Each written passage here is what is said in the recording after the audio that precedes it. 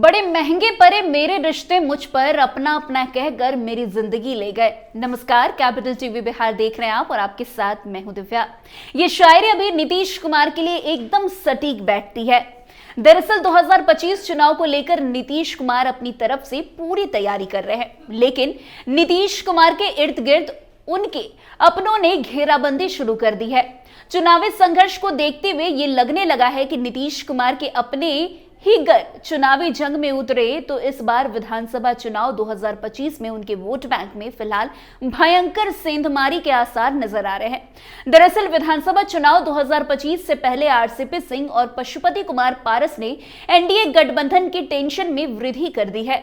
दोनों नेताओं ने अपने अपने दलों के प्रत्याशी उतारने का बड़ा फैसला कर लिया है। ऐसे में गठबंधन के वोटों में बिखराव का अनुमान लगाया जा रहा है, जिससे बिहार के राजनीतिक समीकरण में बदलाव दिख सकता है। बता दें कि मुस्तफापुर में आयोजित कार्यक्रम में पहुंचे आप सबकी आवाज पार्टी के संस्थापक और नीतीश कुमार के खास दोस्त रहे आरसीपी सिंह ने बिहार के मुख्यमंत्री नीतीश कुमार पर ही हमला बोला। उन्होंने कहा कि 2 दशक तक बिहार की सत्ता पर काबिज होने के बाद भी आज उन्हें यात्रा पर निकलने की जरूरत पड़ रही है। यात्रा तो वो करते हैं जिन्हें राज्य के बारे में कुछ नहीं पता हो। मुख्यमंत्री तो राजहित में निर्णय लेते रहना चाहिए, ना कि यात्रा पर निकलना चाहिए।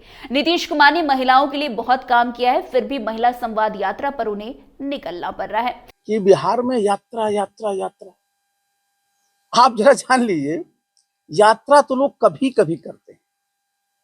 और नीतीश बाबू तो इतने वर्षों से बिहार में मुख्यमंत्री हैं, 20वां साल चल रहा है। और ये मैं स्पष्ट करता हूं कि महिलाओं के लिए उन्होंने काम किया है, लेकिन जो काम किया है उसमें और भी काम की गुंजाइश है। तो मुख्यमंत्री को यात्रा की क्या आवश्यकता है? भाई, मुख्यमंत्री तो हमेशा दौरे पर रहते हैं, आप जाते रहते हैं, पदाधिकारियों से आप अनुश्रवण करते रहते हैं, आपसे लोग मिलते रहते हैं। आपको तो ये निर्णय लेना है ना। यात्रा पर तो वो जाता है जिसको पता नहीं है। साहब, आप 20-20 साल से बिहार के मुख्यमंत्री हैं, आपको क्या यात्रा करने की जरूरत है? आपको तो देखना है कि कैसे प्रति व्यक्ति आय बिहार में बढ़े, कैसे हमारी महिलाओं को ज्यादा रोजगार मिले, कैसे हमारे महिलाओं के और सशक्तिकरण हो। जो आपने किया बहुत है, लेकिन इसके आगे भी बहुत संभावना है। वो करना है, उसके लिए निर्णय लेना है। आप यात्रा करके क्या करिएगा? वहां पर कौन सा इशू है जिसको आप नहीं जानते हैं? क्योंकि तो आप ही खुद ही सत्ता में इतने वर्षों से। मनीष वर्मा के यात्रा सर, इसकी जरूरत क्यों पड़ी? आपने नया दल बनाया सर, इसकी जरूरत क्यों पड़ी? बीजेपी ने धोखा दिया या साथ नहीं? अरे नहीं, देखिए, ये तो मैं तो पहले ही बता चुका हूँ, उस पर बार बार मैं क्या कहूँ। शुरू पहले प्रेस कॉन्फ्रेंस में बहुत लंबा बता चुका हूँ। देखिए, जनता दल यू का आंतरिक मामला है। उनके कौन नेता कहाँ यात्रा करते हैं, कौन सा संगठन का मीटिंग है, वो तो जाने, उससे हमें क्या लेना है। तो क्या आप और प्रशांत किशोर भविष्य में साथ कर सकते हैं?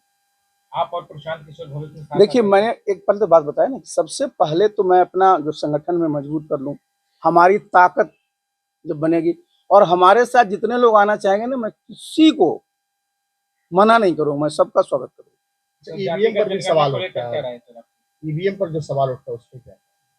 देखिए, ईवीएम पर जो सवाल है ना, देखिए, ये बहुत ही गंभीर मामला है और इस पर एक बार नहीं कई बार समझिए लोगों के विचार आए और आज की तारीख में ये लोग मान करके चलते हैं। और सब लोग, चूंकि हम लोग तो इलेक्शन कराए भी हैं, इलेक्शन में भाग भी लिए हैं, तो ईवीएम में जो शिकायतें कई बार आई और इसकी लोगों ने तरह तरह से जांच भी कराई। इलेक्शन कमीशन ऑफ इंडिया का काम है कि भाई जो भी डाउट्स किसी पार्टी के द्वारा खड़े किए जाते हैं, ये इलेक्शन कमीशन ऑफ इंडिया का काम है कि उसको दुरुस्त तरह से जवाब दें। कहीं किसी के मन में किसी प्रकार का संदेह किंतु परंतु नहीं होना चाहिए, क्योंकि लोकतंत्र में सबसे महत्वपूर्ण चीज है वह चुनाव, और कहीं उस पर आंच नहीं आना चाहिए। इतना ही नहीं, चुनाव के मद्देनजर आरसीपी सिंह जो है चुनावी चक्रव्यूह रच रहे हैं। आप सबकी आवाज पार्टी की स्थापना को 6 हफ्ते पूरे हो गए और इस दौरान संगठन को राष्ट्रीय स्तर पर मजबूती प्रदान की गई है। पार्टी ने देश के 4 राज्यों बिहार, दिल्ली, राजस्थान और महाराष्ट्र में अध्यक्ष नियुक्त किए हैं। साथ ही नारी शक्ति प्रकोष्ठ समेत 26 प्रकोष्ठों का गठन किया है। बिहार में पार्टी के 200 से अधिक पदाधिकारी बनाए गए हैं। आरसीपी सिंह की माने तो बनाए गए 165 विधानसभा प्रभारी चुनावी योद्धा को चुनाव में लगा दिया गया है। शीघ्र ही उम्मीदवार का निर्णय भी हो जाएगा। अभी आरसीपी सिंह का ध्यान मुद्दों पर टिका हुआ है।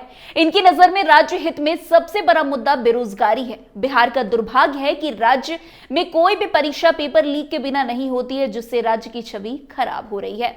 आरसीपी सिंह का दूसरा बड़ा मुद्दा पलायन को रोकना है।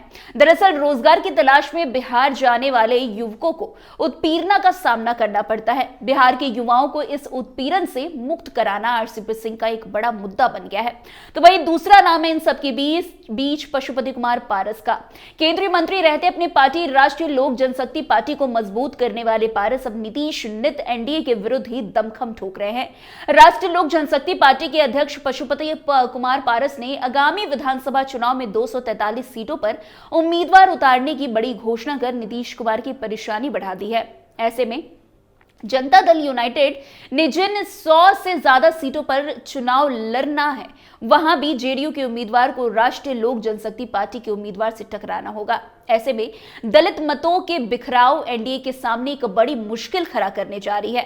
अब इस घात से भी उभरना नीतीश के लिए एक बड़ा और नया टास्क हो जाएगा।